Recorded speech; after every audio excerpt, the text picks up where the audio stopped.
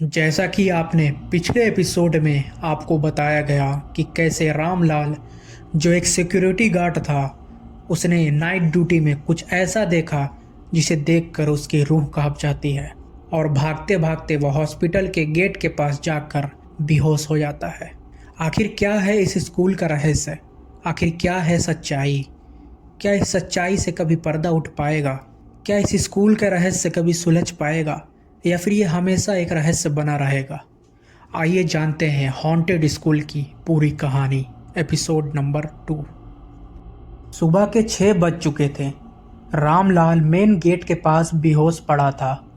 तभी स्कूल के बाकी स्टाफ आते हैं और देखते हैं कि रामलाल गेट के पास बेहोश पड़ा है। तभी उन सभी ने रामलाल को उठाया। उसकी हालत काफ़ी बुरी थी।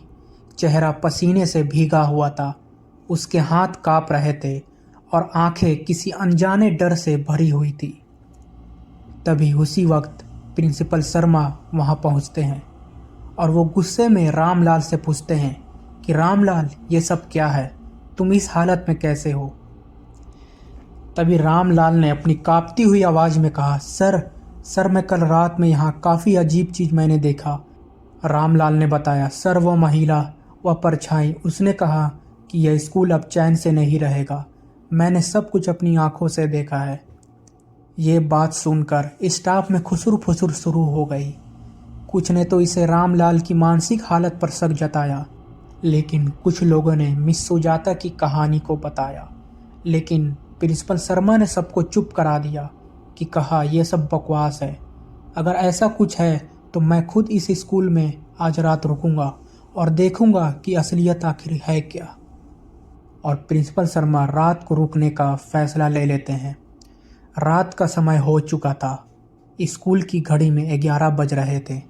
प्रिंसिपल शर्मा ने रामलाल को घर भेज दिया और खुद स्कूल की जांच पड़ताल करने का निर्णय लिया। उनके साथ उनका एक असिस्टेंट अजय था।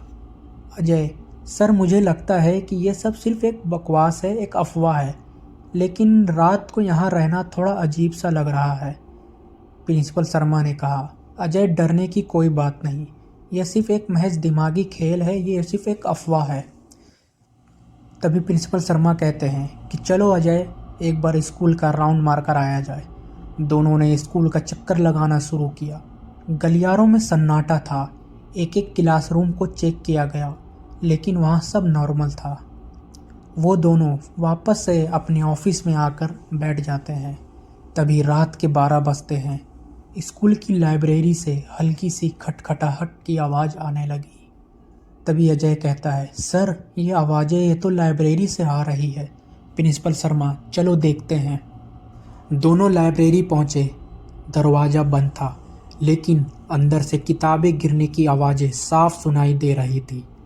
दरवाज़ा खोलने पर उन्होंने देखा कि एक किताब हवा में तैर रही थी और अचानक उनकी तरफ फेंकी गई। अजय ने दरवाज़ा डर कर बंद कर दिया। अजय कहता है, सर ये क्या था? ये इंसानी ताकत तो नहीं हो सकती।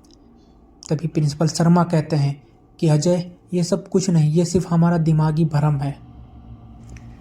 तभी उनके साथ दूसरा घटना होती है। लाइब्रेरी से निकलने के बाद वो म्यूजियम रूम की ओर बढ़े। रूम के अंदर पियानो की धीमी आवाज़ सुनाई दे रही थी, जबकि वहाँ कोई नहीं था। प्रिंसिपल ने दरवाज़ा खोला और अंदर पियानो अपने आप बज रहा था। अचानक पियानो की हर चाबी से जोर जोर की आवाज़ें आने लगी, जैसे कोई गुस्से में उसे बजा रहा हो। अजय बुरी तरह डर गया और चिल्लाकर बोला, सर हमें यहाँ से चलना चाहिए। प्रिंसिपल शर्मा भी अब ये सब देखकर डरने लगे थे। म्यूजिक रूम से भागते समय दोनों को स्टाफ रूम की दीवारों पर हल्की हल्की परछाई दिखी।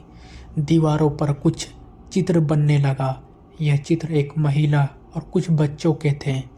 अचानक एक तेज और कठोर आवाज़ आई, मुझे इंसाफ चाहिए।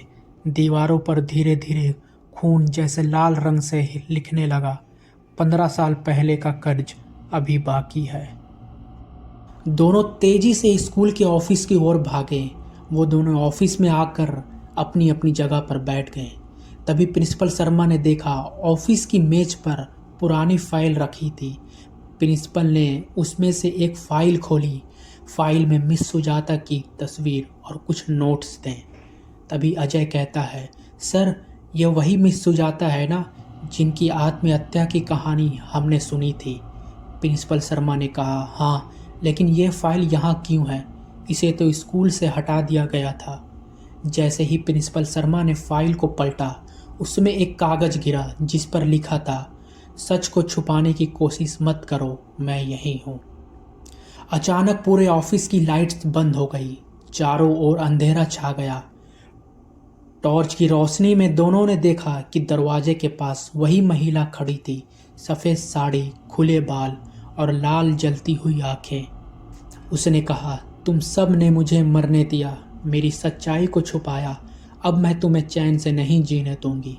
अजय डर के मारे बेहोश हो गया और प्रिंसिपल शर्मा कांपते हुए बोले, हमने कुछ नहीं किया, हमें माफ़ कर दो। लेकिन आत्मा ने जोर से चिल्लाकर कहा, मुझे इंसाफ चाहिए। अचानक वह गायब हो गई और कमरे में फिर से सन्नाटा छा गया। ये सब देखकर प्रिंसिपल शर्मा काफ़ी सदमे में पहुंच गए।